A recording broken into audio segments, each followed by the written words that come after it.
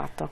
Allora, eccoci qua ancora insieme. Avevo appunto portato un po' l'istanza per capire di che cosa, cioè, alla luce di questo bisogno strutturale di cui si fa portavoce il sindacato a livello unitario, peraltro credo, altrettanto a livello unitario vi fate portavoce voi della CGIL e dello SPI di altre istanze che riguardano il mondo degli anziani. Sì, è importante anche sottolineare questo aspetto anche della visione unitaria che abbiamo come sindacato degli anziani e dei pensionati, per i quali assieme alle altre organizzazioni condividiamo quelle che sono le richieste e le istanze che abbiamo presentato alla Regione. Ecco, noi pensiamo che questo dramma possa trasformarsi anche in un'opportunità per ripensare completamente il sistema sociosanitario della nostra regione, quindi far tesoro di quello che è successo, di quello che è emerso come elementi di criticità, per mettere in atto quelle scelte di cambiamento. Io insisto sul tema delle case di riposo perché credo che veramente siano lo specchio di una società che non funziona nel momento in cui abbiamo dei drammi di queste dimensioni nelle case di riposo, e dobbiamo pensarci adesso. Faccio un esempio, nei mesi di chiusura gli anziani sono stati isolati, no? Quando finalmente si è affrontato il tema delle case di riposo c'è stato l'isolamento, quindi i familiari non potevano più accedere in contatto con i propri cari. Questo è stato un dramma per i figli e un dramma ancora di più per gli anziani che hanno vissuto il senso di abbandono da parte della famiglia. Rallentamento dell'emergenza, sono riaperte le case di riposo, ovviamente con dei limiti fortissimi, quindi c'è chi fa una mezz'ora alla settimana, chi ancora più rarefatto, all'aperto, quindi nel giardino della casa di riposo, in un incontro non ravvicinato tra familiari e anziani. Tutto questo è stata una soluzione approntata in urgenza e in emergenza d'estate, ma tra un mese noi non saremo più nelle condizioni di poter portare fuori gli anziani nel giardino per vedere la figlia o il figlio. C'è qualcuno all'interno della nostra regione che si sta preoccupando, si sta ponendo il problema di come costruire le condizioni affinché si possa rimanere in contatto con gli anziani, perché è vero che la prima tutela è quella di dire non ti faccio entrare in contatto con il virus, e questa è stata fondamentale, però la depressione, il senso di solitudine degli anziani accelera un decadimento, accelera la fine delle persone, quindi avere attenzione a questo è un elemento che è fondamentale, oltre che la dimensione affettiva. La dimensione umana che c'è dietro tutto questo non va trascurata, non sono numeri. Quindi avere un tavolo di confronto, cominciare a ragionare su quali sono. Il problema è forse quello proprio di confrontarsi buttando con un brainstorming, cioè ognuno butta delle idee, perché poi posso immaginare chi ha l'anziano in casa, gli portava la spesa davanti a casa, se ha avuto un po' di decenza non lo andava ad abbracciare, a trovare tutto. E la stessa cosa, anzi ancora più straziante, perché l'anziano restava veramente solo, neanche vedeva dei coetanei o degli infatti infermieri. Noi abbiamo messo in piedi anche dei servizi adesso poi c'è il pericolo di contatto telefonico, abbiamo cercato di sopperire in tutti i modi a questo tema della solitudine e dell'abbandono, però eravamo in una situazione di emergenza in cui siamo stati colti tutti impreparati. Adesso non abbiamo più questa giustificazione, adesso dobbiamo attrezzarci e affrontare quelli che sono i nodi che c'erano prima, perché la carenza di personale c'era prima, la carenza di parte sanitaria c'era anche prima, i costi altissimi per le famiglie nelle case di riposo continua a restare, una spinta alla privatizzazione. Siamo arrivati in Veneto che ci sono più posti letti in strutture private rispetto a quelle pubbliche. Però sono inaccessibili perché costano troppo. Ma una famiglia che ha le condizioni di cui dicevamo prima, anche rispetto alle condizioni di lavoro, non ce la fa. E guarda, è una condizione anche che preoccupa tantissimo gli anziani, anche quelli che non sono ancora grandi vecchi, ma che ancora sono in attività, quindi possono dare un aiuto anche alla società.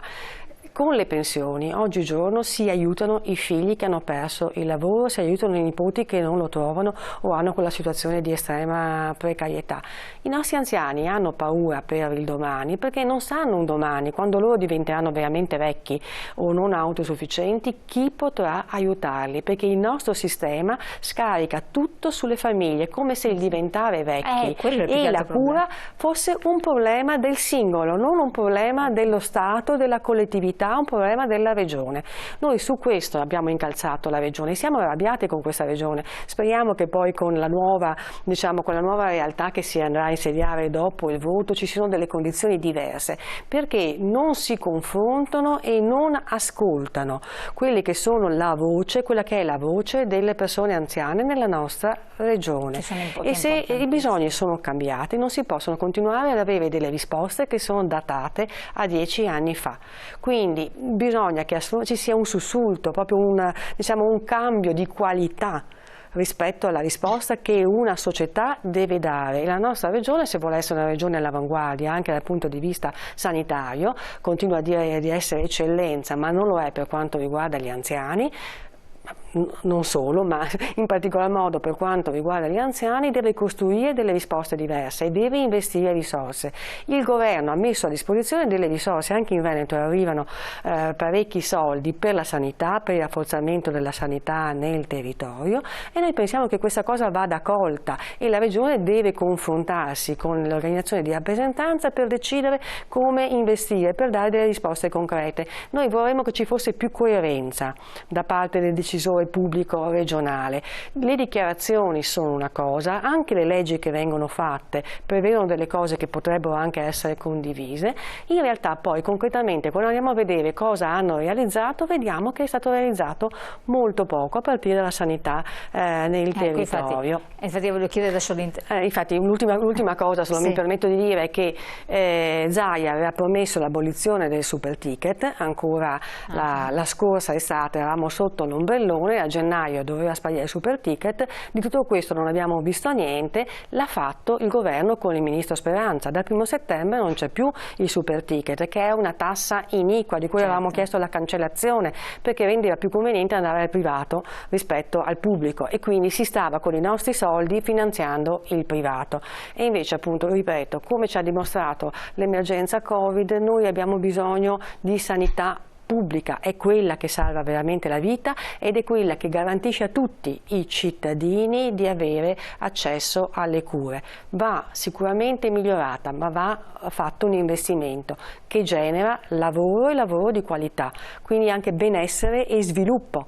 Quando si parla di un diverso modello di sviluppo, noi dobbiamo mettere al centro la persona, la qualità della vita e attorno a questo costruire quelli che sono gli investimenti necessari. Crescerebbe il Veneto, crescerebbe il lavoro e vivremo anche tutti meglio, compreso gli anziani di questa regione. Infatti, segretario, proprio perché siamo in chiusura, Cristian Ferrari, la segretaria dello SPI ha sottolineato appunto aspetti riguardanti la sanità e il sociale in modo particolare.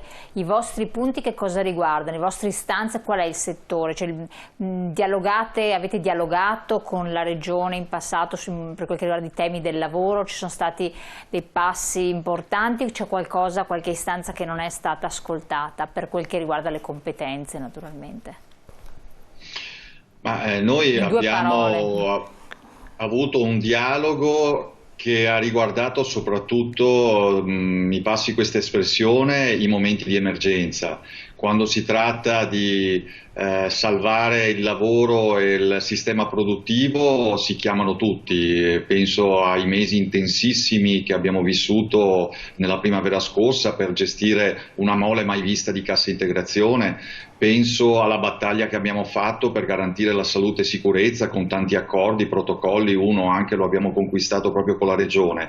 Il punto è che passata questa emergenza sembra quasi che si ritorni alla solita linea, che è un po' quella di un coinvolgimento molto rarefatto delle organizzazioni sindacali e del mondo del lavoro e un rapporto preferenziale con il sistema imprenditoriale. Questa è un po' la cifra di questi lunghi anni di governo. Chiaramente noi poniamo in termini proprio di metodo, di sistema di relazioni sindacali istituzionali, un tema che è proprio quella della partecipazione piena catena delle organizzazioni del lavoro. Chiaro. Al di là di questo, i nostri, diciamo così, le priorità, per dirla proprio in 4 parole. Siamo in chiusura, velocissimo. Investimenti in innovazione, lo dicevo prima, ricerca e sviluppo, e soprattutto meno grandissime opere e 10, 100, 1000 cantieri da aprire in tutto il territorio per metterlo in sicurezza, per garantire un ambiente che sia migliore di quello che abbiamo e per dare lavoro. Cristian Ferrari, grazie mille, segretario regionale della CGIL, grazie Elena Di Gregorio dello CGIL del Veneto per aver partecipato, e grazie a voi di averci seguito. Quindi vi sollecito, se avete da mettere a posto la vostra situazione pensionistica, come sempre le sedi sono sempre aperte, però chiamate tutte le sedi provinciali, territoriali eccetera del sindacato, perché ovviamente è meglio prenotarsi, mi conferma? Sì. Prenotare la visita. Ecco, detto questo vi aggiorneremo, poi c'è sempre la rivista che viene inviata mensilmente, molto interessante, ad un costo irrisorio, €1 se non sbaglio, che è la rivista del sindacato dello SPI, che parla dei temi del lavoro, i temi delle pensioni e tantissime altre cose, ma ne parleremo anche prossimamente perché abbiamo avuto tante richieste a questo riguardo. Benissimo. Perché l'ho sottolineata. Grazie ancora a voi, buon proseguimento, ci vediamo prestissimo. Grazie. Arrivederci.